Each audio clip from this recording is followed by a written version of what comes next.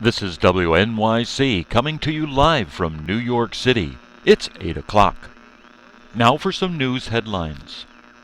President Coolidge has recovered from his cold and attributes his quick recovery to the use of chlorine gas. William Randolph Hearst today purchased the San Antonio Light newspaper, the fourth largest newspaper in the state of Texas.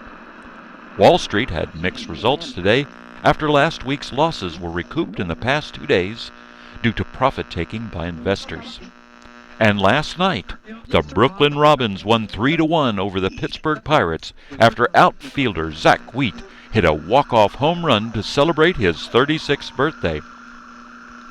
Now to our scheduled program. Today we have Colonel James Churchward with us to speak about pygmy hunting in Central America. Colonel Churchward, formerly of the British Army, returns again to enlighten the audience on the knowledge gained from his travels around the globe. Listeners may recall his riveting talk on the lost continent of Mu earlier this month, as well as the fascinating tales of his globe-trotting adventures through the South Sea Islands and Asia. Ladies and gentlemen, here is Colonel James Churchward to teach us about pygmy hunting in Central America. In the deepest, darkest jungles of Central America, I was a member of a scientific expedition searching for the legendary pygmies that inhabit these places, where no white men have ventured for thousands of years. Our small party consisted of several experts in the fields of archaeology, biology, anthropology, geology, and primitive languages.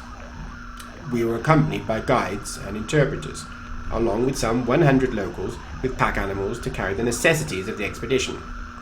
My skill as marksman and previous experience in the jungles of Asia forced me to take the lead, facing the dangers of our perilous quest head-on. Our party ventured deep into the jungle on foot, always allowing the coolies to blaze a trail through the thick undergrowth and towering trees. As we slogged through the jungle, rarely did the noise of our caravan permit the close approach of the beasts that inhabit this treacherous wasteland. The still evening air was regularly punctuated by the sounds of the hunt, and aggressive calls from beastly creatures. None of our party dared to venture past the safety of the lights during the night. After several days, we encountered the first of many ancient stone ruins, built by the first people to colonize this land from Mu. This continent of Mu was the Garden of Eden, the motherland of all mankind. The ancient documents I read whilst on famine relief duty in India in the last century, treasures of the Nakal Brotherhood, told the story of how man was created and placed on Mu. After 2 years of study with the Rishi, I was able to translate the contents of these tablets that were thousands of years old. According to the ancient documents like the Turano manuscript, Central America was the home of the first settlers from the now sunken continent of Mu. These were a white people that were driven away by the Mongol hordes from Asia after Mu was sunk, in the collapse of the Archean gas belts and the Great Magnetic Cataclysm. Evidence of the ships from the journey to Central America from Asia will soon be found, confirming my supposition and proving the experts wrong. From my examination of the ruins, I could see all the telltale symbols that were so familiar from my studies with the Rishi. After the overgrowth of vegetation was removed, the majestic stone buildings could be seen and were arranged in an organized manner, with no sign of those who had built them so long ago. So far, in our interactions with the natives, we had come across no pygmies. However, the villagers were very helpful in pointing us in the right direction, deeper into the forbidding undergrowth. From hearing so many reports about the pygmy tribes among the natives, we were convinced that soon we would have them in our grasp. At one point, we did run across a tribe of white people that lived in the deep jungle, far from any others. While some postulated that they were related to the Spanish explorers that civilized this land, I submit that they are related to the first settlers, the Maya from Mu. Although they spoke the native dialect and carried on the same customs as other villages we'd encountered, I am firm in my belief that these people are the first descendants of the Maya. Occasionally, our biologist would discover varieties of plants never before seen, and I would be asked to obtain samples, even from the trees above, where entire limbs would be covered with flowers of every colour and shape. It was on one such escapade into the canopy that I encountered the most frightful sight, a full-grown Quetzalcoatl, sitting on a nearby limb guarding her nest.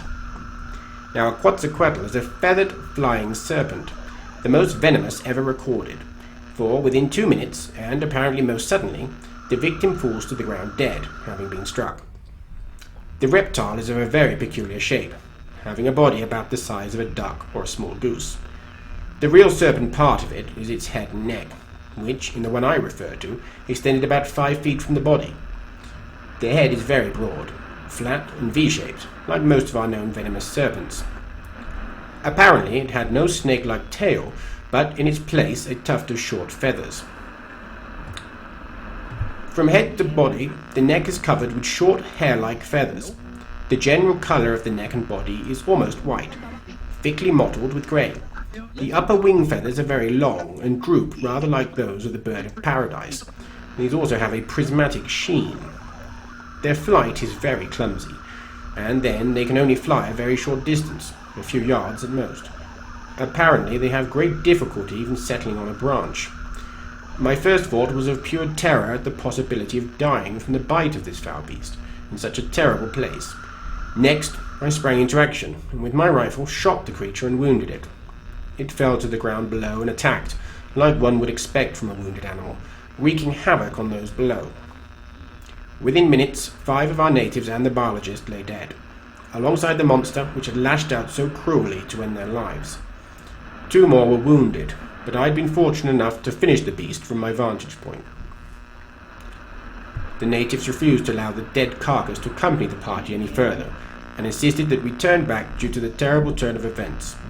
Alas, our search for the pygmies of Central America had ended, and we were forced to slog back through the jungle to the last outpost of civilization.